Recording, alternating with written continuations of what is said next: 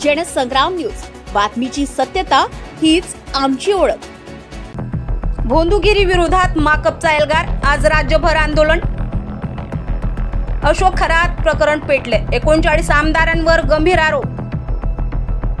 अंधश्रद्धेविरोधात राज्य पेटणार, माकपचा इशारा। भोंदू बाबांवर कारवाई करा, माकपची सरकारला ठाम मागणी।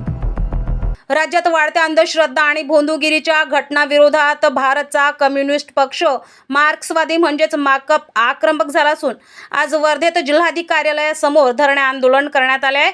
नाशिक जिल्ह्यात सिन्नर तालुक्यातील अशोक खरात या भोंदू बाबांच्या प्रकरणामुळे हा मुद्दा पुन्हा ऐरणीवर आलेला आहे।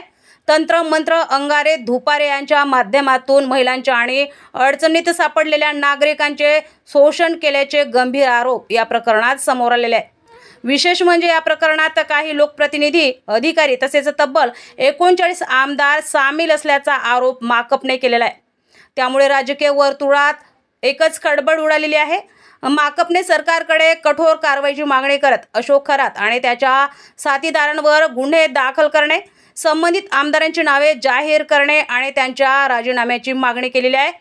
तसेच या प्रकरणातील पीडित महिलांचे व्हिडिओ सोशल मीडियावरून तात्काळ हटवावेत आणि राज्यभरातील भोंदू बाबांविरोधात विशेष मोहीम राबवावी अशी मागणी करण्यात आलेली आहे।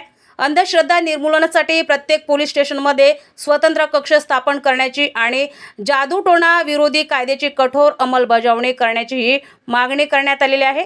या मागणीचे निवेदन जिल्हाधिकारी मार्फत मुख्यमंत्र्यांना देण्यात आले।